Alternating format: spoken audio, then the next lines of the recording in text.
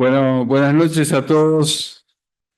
Vamos a dar inicio a esta nueva reunión científica de la Sociedad Argentina de Flebología y Linfología. Y en primer término, quiero hacer un reconocimiento, bueno, mejor dicho, la Sociedad Argentina de Flebología y Linfología hizo un reconocimiento y nombró al doctor Julio Aiguabella como miembro de honor de esta sociedad en la reunión de comisión directiva de octubre de este año.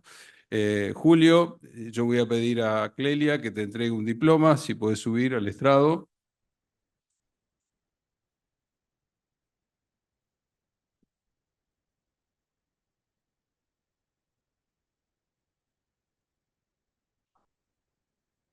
Una foto ahí. Felicitaciones, Julio. Vení, Dani, la foto. Bueno.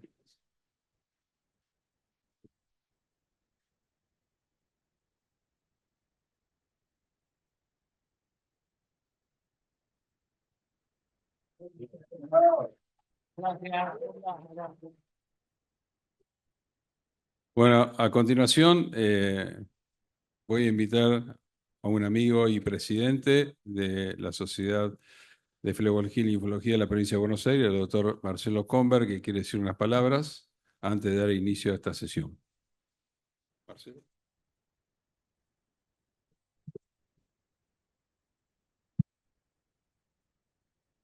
Eh, Buenas noches a todos. Si bien te lo hice formalmente, querido amigo Dani, pero me parecía que era prudente por la amistad de tanto tiempo con todos ustedes, contarles que, bueno, en reunión de diciembre terminé mi gestión como presidente de la sociedad. Fueron 2 años donde, bueno, como ustedes sabrán, los que fueron presidentes, en algún momento uno lo juzgará, ¿no? Si me quedé bien, si fue mal y demás. En lo personal, creo que cumplí bastante los objetivos que me había pactado. Y bueno, y ahora viene un recambio, que es la nueva generación. Y a partir de ahí, la doctora en este momento, Teresa López, toma la presidencia en forma circunstancial hasta que en el mes de febrero o marzo se decida la nueva comisión directiva. Eh, También como amigos, colegas de tanto tiempo y demás, le quiero explicar que también me salieron cosas personales más rápido de lo pensado y me retiro de lo asistencial, pues yo tengo otro hobby de otra carrera que llevo hace 30 años, que es la gestión hospitalaria. Así que si en algún momento necesitan a alguien que tengan que insultar, que como siempre saben, estamos los auditores y gestión hospitalaria. Además, soy miembro titular de la Sociedad Argentina de Auditoría Médica y la Sociedad Iberoamericana de Auditoría Médica. Y por ahora en esta etapa he decidido, digamos, tomar esa vía. Yo creo que es importante, y un poco te lo señalé, Dani, el recambio generacional. Siempre voy a estar con ustedes, siempre van a ser mis amigos, mis colegas y tantas cosas parecidas, pero bueno, este, lo mejor para ustedes y gracias fundamentalmente a la SAFIL y en tu nombre, porque nosotros somos una filial y la filial, como siempre dije, me crié en la forma verticalista, seguíamos lo que decía la SAFIL. Gracias, Dani. Muy bien, chao.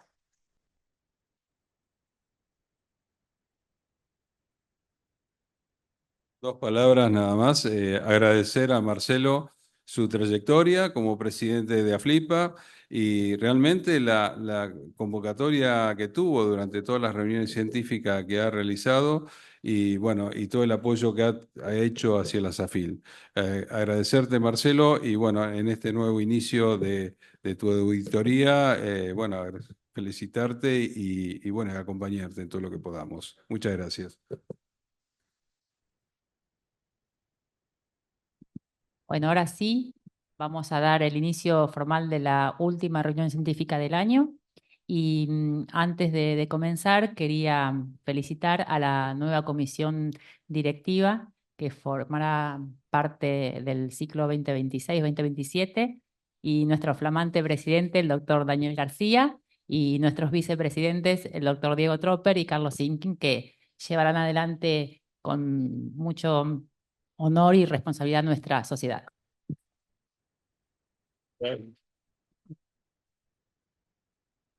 Bueno, ahora sí, la reunión científica, esta última va a ser un tanto corta, serán 2 casos clínicos. Cada orador tendrá 15 minutos para presentar el caso, luego 15 minutos para hacer aportes y debate y damos por finalizado. Así que tenemos que resolverlo en 1 hora. Empezamos. Sí, no, yo también lo tengo. Bueno, presentamos al doctor Eduardo Jalush,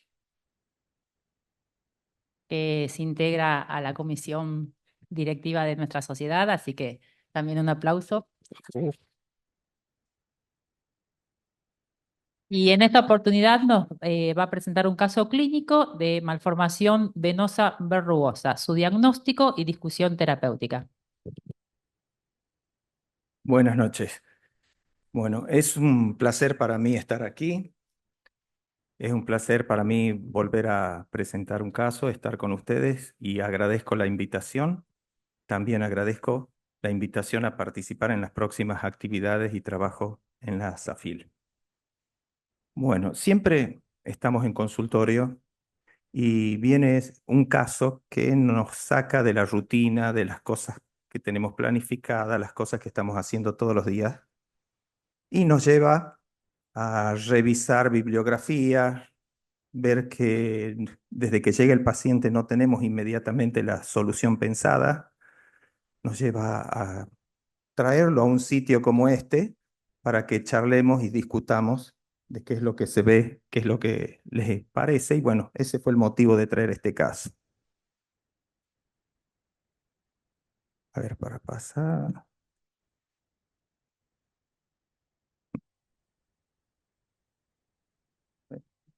Para abajo. La paciente que presento es una paciente femenina de 18 años que presenta placas eritematosas que evolucionan a placas violáceas, tornándose escamosas, verrugosas, que presentan episodios de prurito, traumatismo, sangrado. Esas lesiones las presenta la paciente desde su nacimiento, según lo que nos informa la madre. Están localizadas en el miembro inferior izquierdo, desde su raíz hasta tercio medio de pierna, sin afectar otro sector de su cuerpo. No son dolorosas, crecen a medida que crece el miembro inferior, sin observarse una remisión espontánea ni cambios evolutivos. No responde al tratamiento hecho durante la niñez con propanolol y no hay un crecimiento desproporcionado del miembro afectado. Acá pueden ver distintas imágenes. Entonces, siguiendo la clasificación de la Sociedad Internacional de Anomalías Vasculares, que en el año 2025 actualizó su clasificación, vemos que esto lo identificamos como una anomalía vascular. Dentro de las anomalías vasculares tenemos por un lado los tumores vasculares, que son los más frecuentes en la niñez, pero se caracterizan por tener una etapa de proliferación, una etapa estable y una etapa de involución que no se vio en este caso. Y también puede ser entonces las malformaciones venosas, malformaciones vasculares que pueden aparecer desde el momento del nacimiento, pueden ser congénitas, y dentro de estas malformaciones tenemos las de alto flujo, las de bajo flujo y las de algunos otros vasos que son cava, aorta y que no incluyen en este momento. Entonces, con lo que iba viendo de la paciente, se orientaba que sea una anomalía vascular, que sea más precisamente una malformación vascular, y íbamos a determinar qué flujos tenía. La paciente traía un estudio anatomopatológico donde se informa que los cortes histológicos muestran epidermis irregular, levemente acantótica, con hiperkeratosis. A nivel intraepidérmico y dermis superficial se observaba luces vasculares dilatadas, sin especificar mucho de eso, pero diciendo que estaban con células endoteliales normales con abundante contenido hemático, eritrocitos agrupados, sector lisado, y la dermis profunda dice que es esclerosa con aislados linfocíticos reactivos y lo identifica como un angioqueratoma.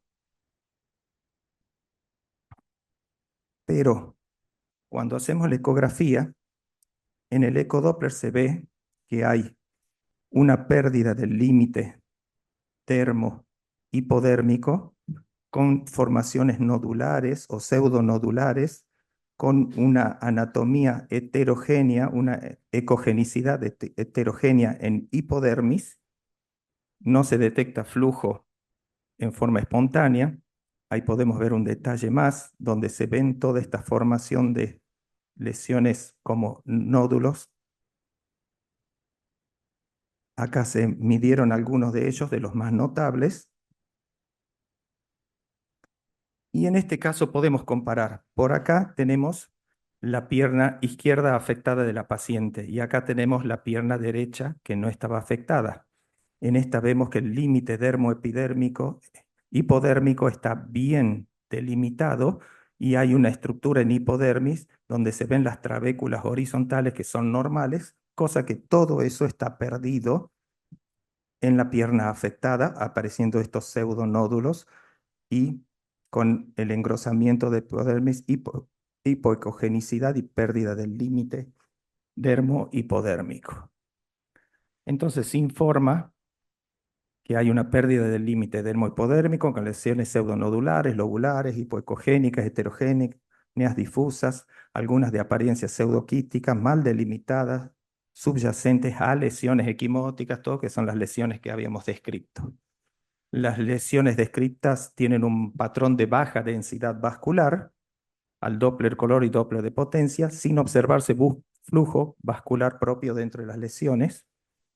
Y la estructura de flujo, bueno, en las otras venas estaban normal. La impresión es una malformación venosa con un componente microvascular capilar compatible con una malformación venosa capilar.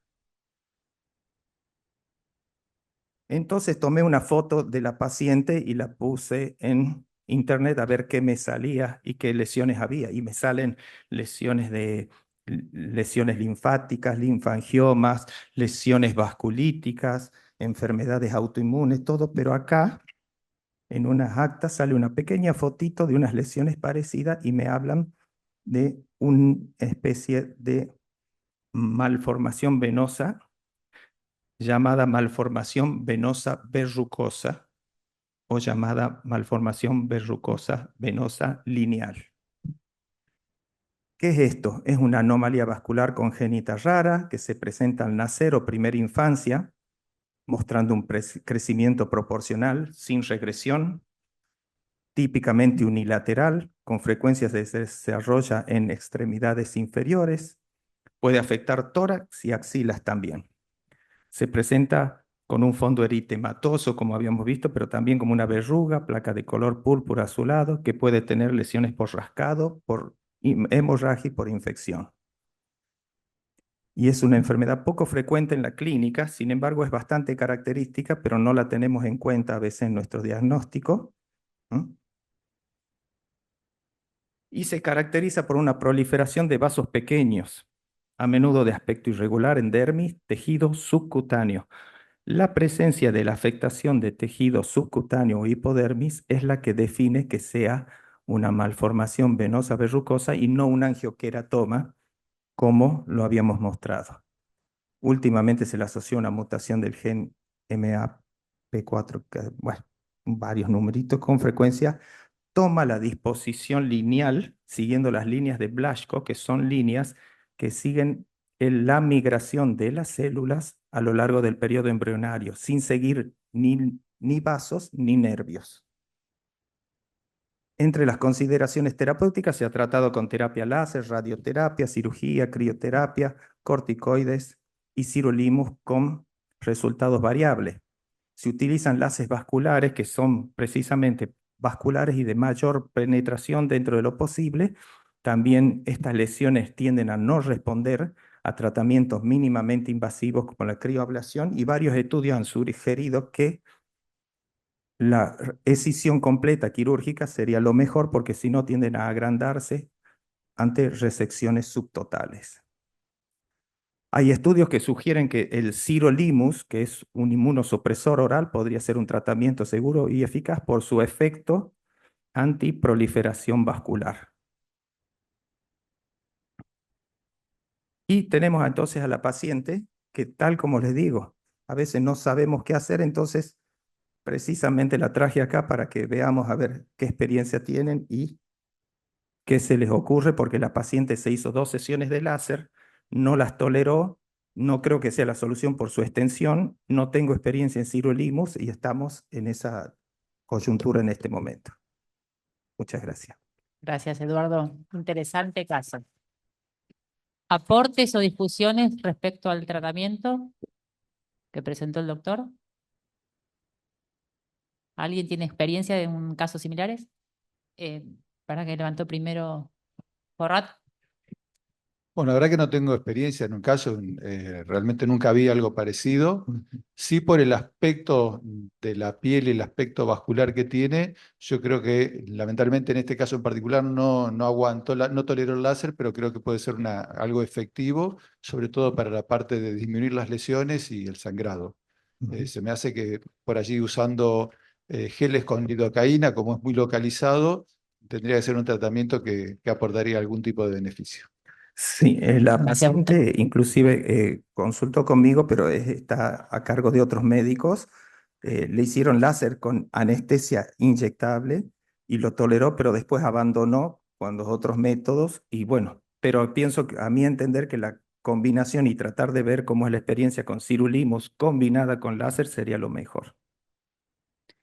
Pablo. ¿Cómo estás?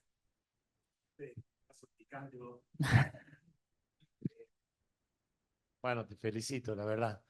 La pregunta mía era si dentro de los que has visto en los trabajos que has investigado estaba contemplada la escleroterapia.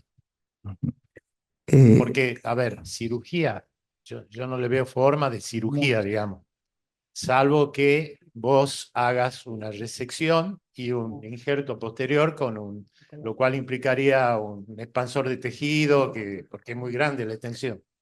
Sí, en el caso de la escleroterapia, al tratarse de una malformación fundamentalmente capilar, no se encuentran vasos accesibles. Hay veces que hay otros tipos de malformaciones vasculares que son pequeñas vénulas y eso sí se los pueden tratar fácilmente y el tratamiento de elección en esos casos suele ser la escleroterapia. No, porque imagínate que la ecografía que hicimos con un transductor de 16 MHz y no se identifican vasos. Doctor Siuchi. ¿No? Miguel.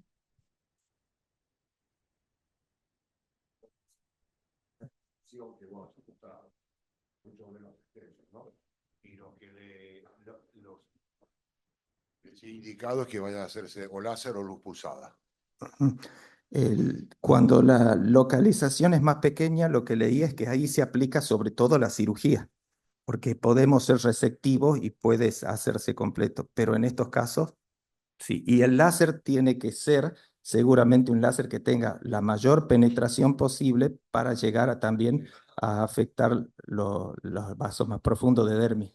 Sí, Bueno. vos ahí lo habías puesto al láser, es el NdJack El 1064 sí. de pulso largo, es el que Sí. más se adecua para ese caso. Sí. El problema es que mejoran con el láser o la luz pulsada, pero después, al año, 2 años, reaparecen. Yo tuve caso y con el láser me mejoró, pero después lo seguimos. Yo le hago una pregunta, doctor, ¿lo hizo oximetría? No.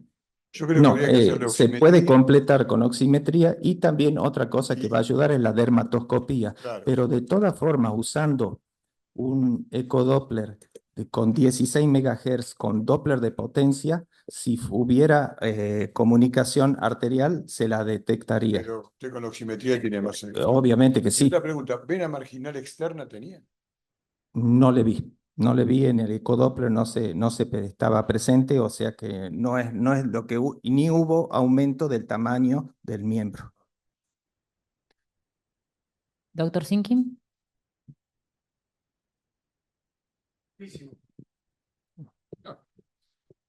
El vice. Un caso único. Las angiodisplasias o los tumores así son rarísimos. Yo tuve uno solo. Lo que le hicimos, y con resultados parciales, fue combinación de láseres y escleroterapia. sea, un láser Nd:YAG 1064, un 532 para los vasitos más finitos y superficiales y pólido canal 0.25. Con el Nd:YAG le paramos, tenía como puntitos hemorrágicos. Yo te los vi a vos. ¿Te agarró alguno que te sangraba también? Sangra con facilidad, es más, se sangra, se forman costras, se Sí, infectan. me acuerdo porque se sacó la media Ujú. y le empezó a sangrar. Le dije, acostate y le disparé. Automáticamente se fotocoaguló. Y después le puse líquido. Ayudó bien, pero Yo trabajo muchísimo con el líquido, pero en este caso no había vasos cateterizables, ni aún con una 31, nada. nada. No, porque Y he presentado varios casos que hicimos en cavidad oral, hicimos en mano, hicimos malformaciones en cara y la hemos podido cateterizar, pero o a veces tienen un lago venoso. Entonces, cuando tienen, pero esto no había lago venoso, no había nada. No, es capilar. Entonces, las formaciones, como dice la clasificación, pueden ser de vasos capilares, de vasos medianos o vasos más grandes y pueden ser combinadas. El diagnóstico, por eso se utiliza mucho la ecografía de alta resolución para ver esos casos y esos detalles. Espectacular. El tratamiento es customizado. Ese es el concepto que hay que tener en estos casos. Que para cada patología es un tratamiento diferente.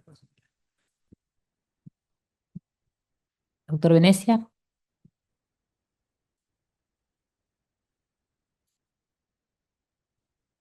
Eso es interesantísimo. Yo sigo con el tema de la escleroterapia también. No había posibilidad de punzar nada de eso porque vos mostraste esa ecografía en donde se veían venosos, porque esto es una malformación venosa pura. Acá tendría que responder a la escleroterapia. Los nódulos que se ven son interpretados por mí como nódulos inflamatorios que se condicen con como unos nódulos inflamatorios en hipodermis que no tienen señal vascular ni siquiera a la compresión, que esa es otra forma, porque hay veces que uno hace ecografía de alta resolución y ve que el vaso no tiene espontáneamente flujo, pero uno comprime y ve que tiene flujo venoso. Eso es lo que aplicamos, por ejemplo, cuando hacemos en boca todas las malformaciones vasculares que alguna vez he presentado acá. Pero en este caso, es más, en las malformaciones vasculares de bajo flujo, el tratamiento de elección primario es la escleroterapia. En las malformaciones vasculares de alto flujo, el tratamiento es la embolización y el uso de cianoacrilato y todo eso. En este caso, imagínate que lo he buscado por todas partes, Con pero el transiluminador tampoco se veían venas. no, es que puedes ver venas, pero no están en comunicación con este tema ni con la etiología. Y como te dice la anatomía patológica, la reacción que se veía en dermis papilar y que yo interpreto que también está en hipodermis, nada más que la biopsia no llegó hasta ahí, son nódulos formados por linfocitos, acúmulos de linfocitos reaccionales.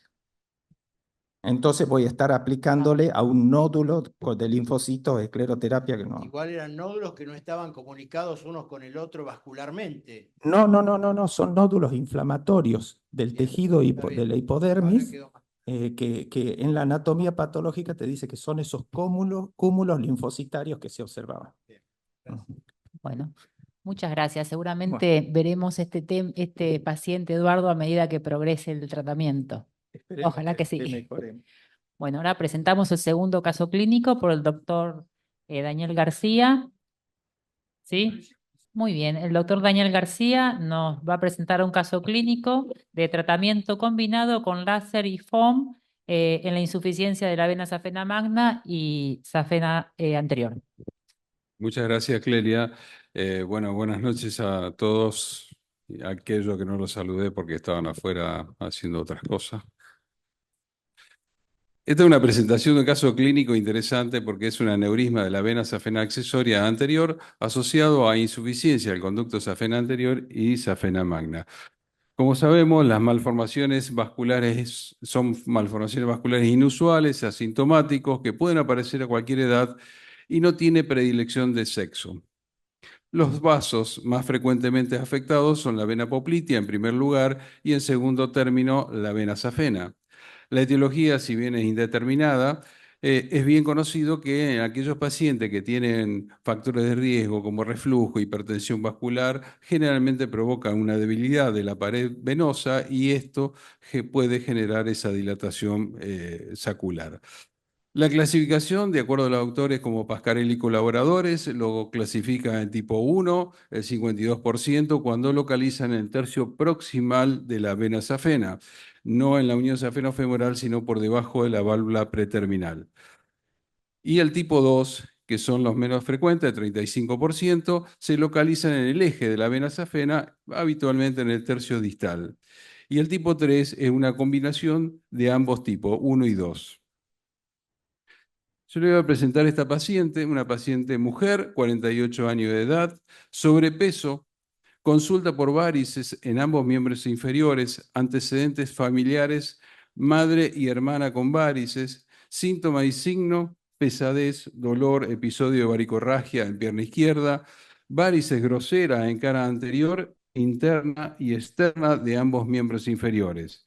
En la cara interna de la pierna izquierda tenía una dermatitis pigmentaria localizada. Esta era la paciente, para que ustedes vean. A ver si se puede ver. Bueno, están viendo el desarrollo varicoso que tiene fundamentalmente en el territorio de la vena safena accesoria bilateral, pero también en la vena safena interna. Yo la veo en noviembre del 2023, pero la paciente traía un ecodoppler previo que decía o informaba que tenía un tumor venoso encallado de safena magna derecha, severa insuficiencia de safena magna derecha y accesorias bilaterales. Yo le repito, el ecodoppler en el miembro inferior derecho tenía la unión safeno-femoral insuficiente, dilatada, una dilatación aneurismática proximal de la safena accesoria anterior, que en ese momento lo medí en 2.34 por 3.15 centímetros, continuaba con un conducto dilatado e insuficiente. La safena magna derecha proximal competente hasta tercio medio del muslo, en donde recibe un ramo de safena accesoria y se hace insuficiente hasta el tobillo. En el lado izquierdo tenía exactamente lo mismo, excepto que no tenía la dilatación aneurismática y tenía una perforación directa a nivel de la cara interna de la pierna sobre la dermatitis ocre. Ustedes van a ver distintas incidencias porque lógicamente cuando uno encuentra esta dilatación aneurismática empieza un poco a jugar con el traductor para ver la localización, el tamaño y el compromiso que tiene. Y aquí van a ver la dilatación que tenía este saco aneurismático venoso, la insuficiencia que tenía el conducto de la safena accesoria, otras incidencias, fíjense la safena accesoria, acá está la vena femoral, y esto a su izquierda y abajo, la vena safena accesoria insuficiente, más imágenes del saco, y esta es una imagen reconstructiva de lo que era la safena accesoria antes de la unión con la safena magna. Este es un video para que ustedes vean la imagen. Ahí se puede ver perfectamente la vena femoral, la arteria femoral, la vena safena interna, y cuando inicia el video podemos ver la dilatación sacular.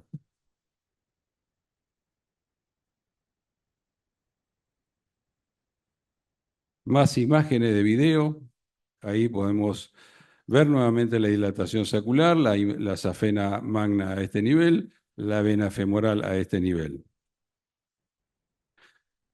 En blanco y negro podemos ver cómo se une esa safena magna o ese saco aneurismático a la safena interna o a la safena magna para hacer un único conducto y desembocar en la vena femoral.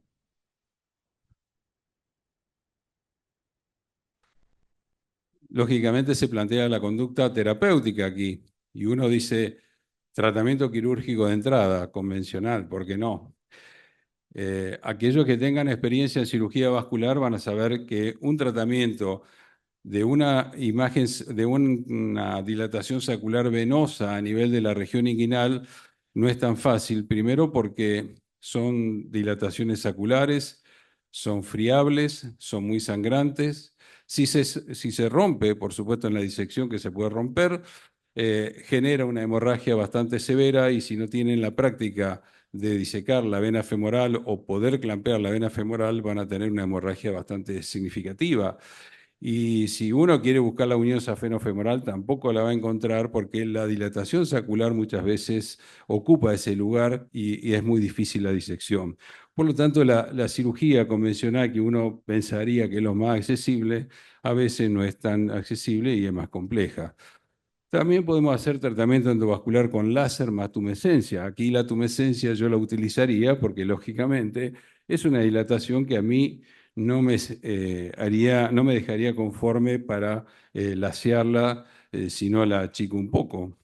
Tratamiento endovascular con láser sin tumescencia yo creo que no lo pensaría en un primer momento. Tratamiento endovascular con radiofrecuencia también se podría hacer porque la radiofrecuencia utiliza tumescencia. Tratamiento con FOAM, ¿por qué no? Tratamiento combinado, cirugía abierta más láser o radiofrecuencia, FOAM más láser o radiofrecuencia y FOAM. Entonces, el paciente yo lo llevo a cirugía. La primera táctica, cuando yo le voy a marcar, fui con la idea de hacerle una cirugía abierta del callado, hacerle láser 1470 endovascular sin tumescencia con fibra radial a los conductos, tanto safena accesoria como safena magna. Cuando el paciente se acuesta, está anestesiado, vuelvo a hacer el ecodoppler y ahí me convenzo de que no le tendría que hacer la cirugía abierta y pensé en hacerle FOAN a la formación sacular aneurismática de la safena accesoria anterior con polidecanol al 3% con técnica Tessari. También a los conductos decidí hacerle láser endovascular 1470, 8 watts de potencia, fibra radial, tanto a la vena safena accesoria como a la vena safena magna. Esto es un video de cómo estamos punzando la imagen sacular inyectándole el FOAM. Allí se ve perfectamente cómo ocupa toda la dilatación. Este es inmediatamente después. Fíjense, ahí está la safena accesoria que está totalmente ocupada por el FOAM. Ahí está la vena femoral. Este es lo que quedaba de unión safenofemoral. Aquí tenemos otra imagen. Ahí está la unión safenofemoral. Como se puede ver, la vena femoral y la vena safena magna. Allí, cuando empezamos a lasear, ya teníamos la imagen sacular totalmente cerrada y ahí empezamos a lasear la vena safena magna. Otra imagen del laseo. Esto como queda inmediatamente después de tratar quirúrgicamente y con FOAM ese callado. Esto es la unión safenofemoral, aquí sigue ese conducto que termina siendo la vena safena magna, la vena subcutánea abdominal para este lado y la accesoria anterior quedaba aquí totalmente cerrada. El paciente, como yo lo operé muy tarde, este paciente fue a la habitación, si no a las 3 horas yo lo mando a la casa. Pero en este caso regresó a la habitación, era de noche, hicimos analgésico endovenoso como agua de costumbre, la ingesta inmediatamente, deambulación inmediatamente, venda elástica. Quedó internada, ya le dije, porque terminamos tarde de operarla, y la profilaxia heparínica con heparina de bajo peso molecular. A los 5 días veo a la paciente. Esta es la imagen de donde vemos la unión safenofemoral, la vena safena magna. Fíjense el muñoncito que queda casi 1.46 creo que es, no veo bien, y la imagen aneurismática cerrada por el FOAM. En este caso ya teníamos un proceso inflamatorio, lógicamente que lo íbamos a ver casi del mismo tamaño o a veces un poco más grande. Allí veíamos más imágenes de la unión safenofemoral, allí estaba la vena femoral, la vena safena magna, la subcutánea abdominal.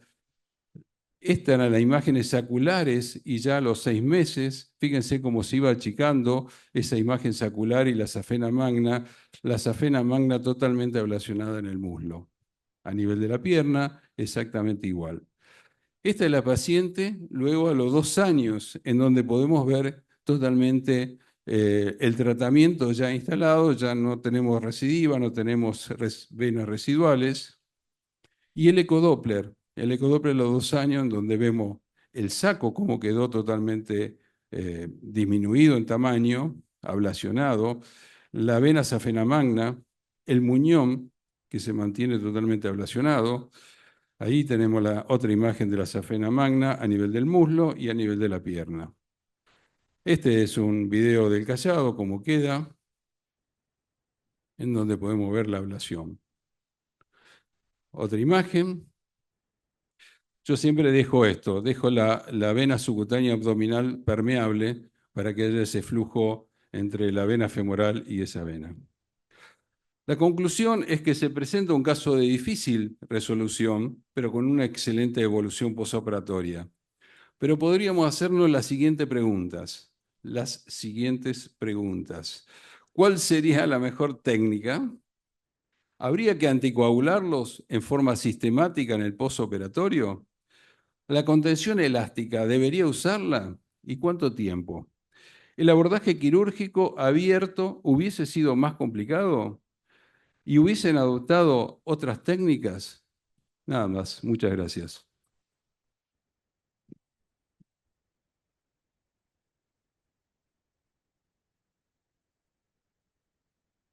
Bueno, ahora vamos a las preguntas y antes les quería comentar que el doctor Garbaz, con respecto al tema presentado anteriormente, él está de acuerdo en que la luz pulsada es el mejor tratamiento para este caso.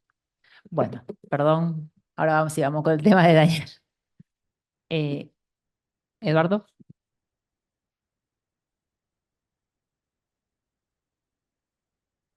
Bueno, está muy buena la presentación. Realmente pienso que a varios no hubiera pasado lo mismo que a él, de empezar a planear una cirugía, preparar para tener pasada la vena femoral y tenerla dominada y recién ir a pasar a lo otro. Y esto nos hace pensar que yo hace más de 30 años vengo viendo que los límites de la escleroterapia se van cambiando. Cuando teníamos que era simplemente para una pequeña venita y así va pasando. Y nosotros hemos pensado, ahora hemos empezado a tomar grandes venas, todo eso, y estamos a veces asumiendo que, bueno, hasta aquí llegamos y esto nos muestra que todavía no sabemos el límite y que hay preguntas que tenemos que seguir respondiendo, como por ejemplo, ¿qué pasa si nos movemos de los 3, el polidocanol al 3% y vamos al 4 o al 5 con menores cantidades? ¿Qué pasa si yo, por ejemplo, algo que uso empíricamente, pero que no lo puedo presentar porque no tengo forma de medirlo, es que utilizo, cuando tengo casos así, el polidocanol recién sacado de la heladera y veo que es más efectivo? Entonces, yo pienso que esto nos está moviendo a identificar los límites y no sé en qué llegaremos en el futuro. Interesante, muy bien. ¿Alguna pregunta? La doctora.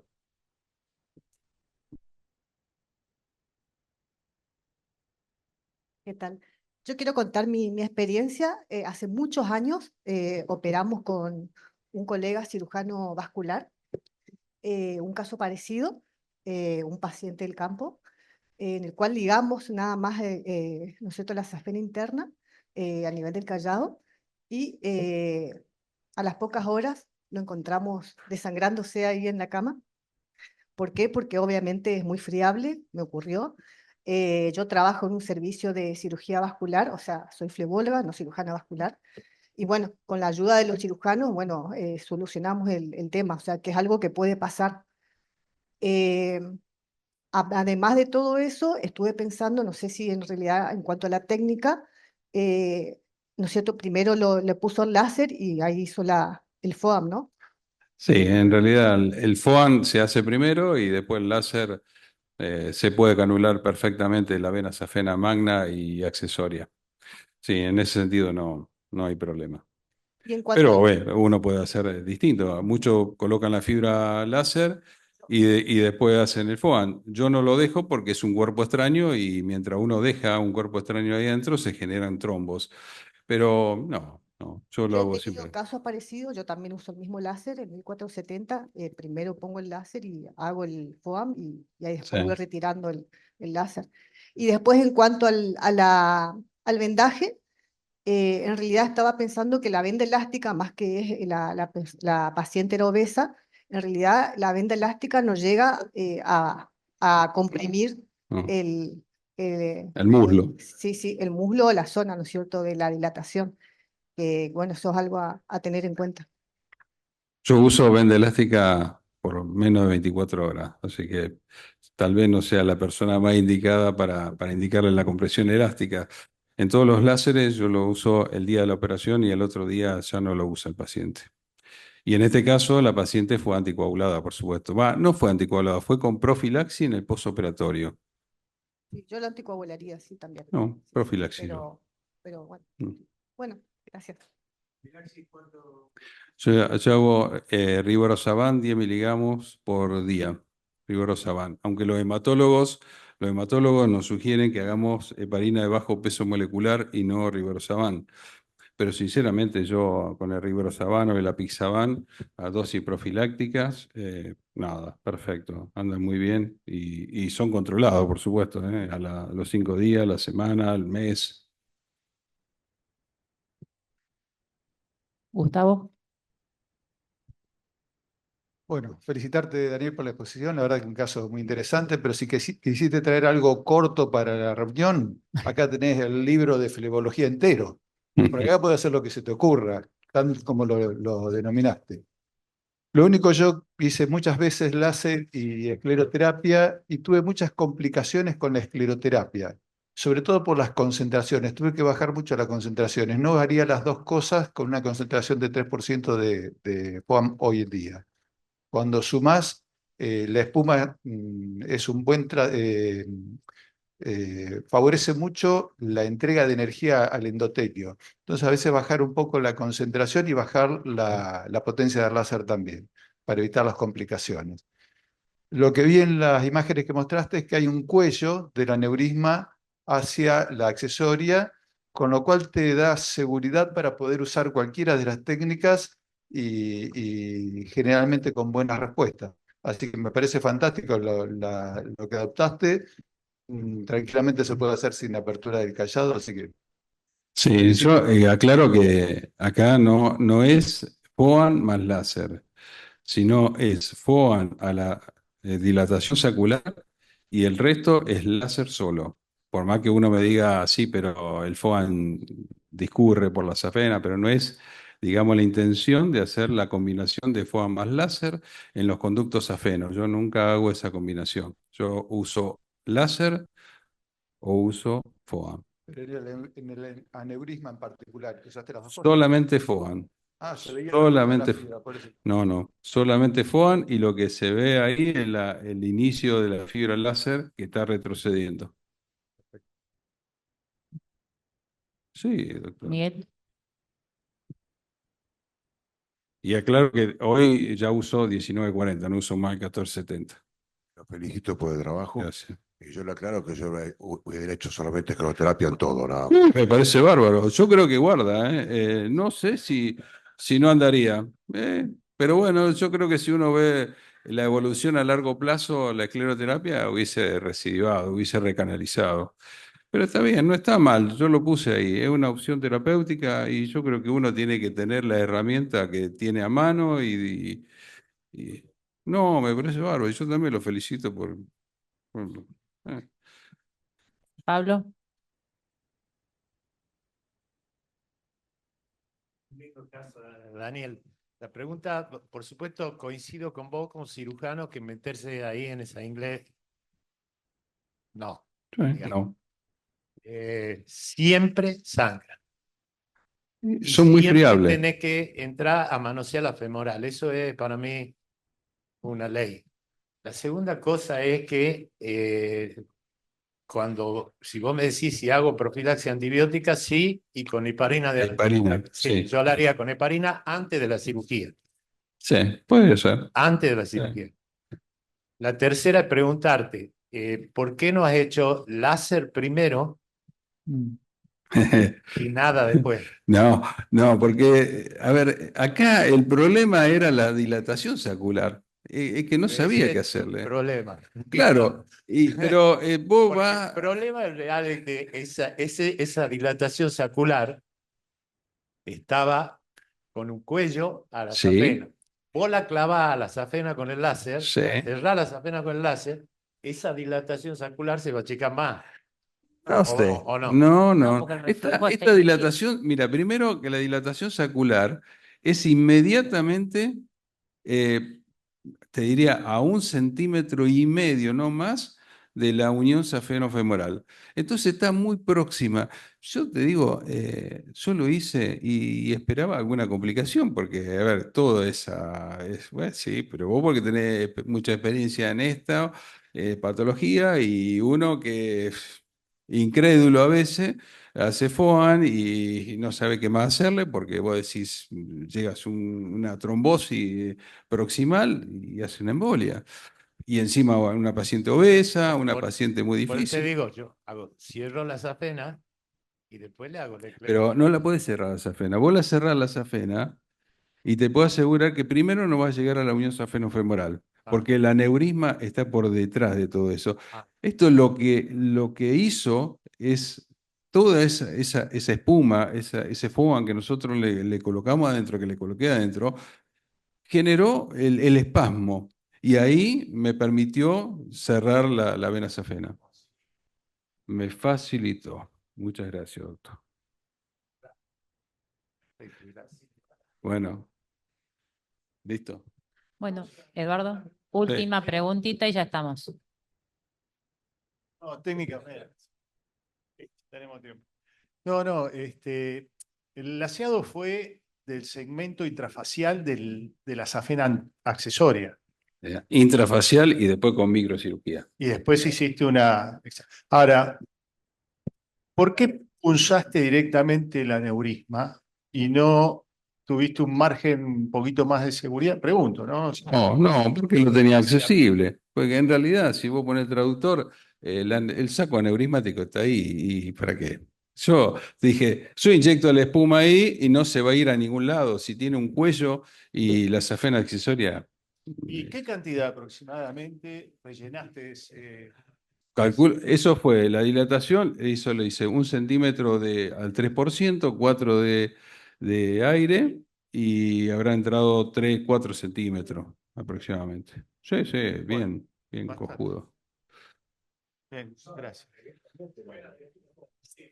Es que yo creo que lo tenía accesible. Abajo el traductor está. Sí.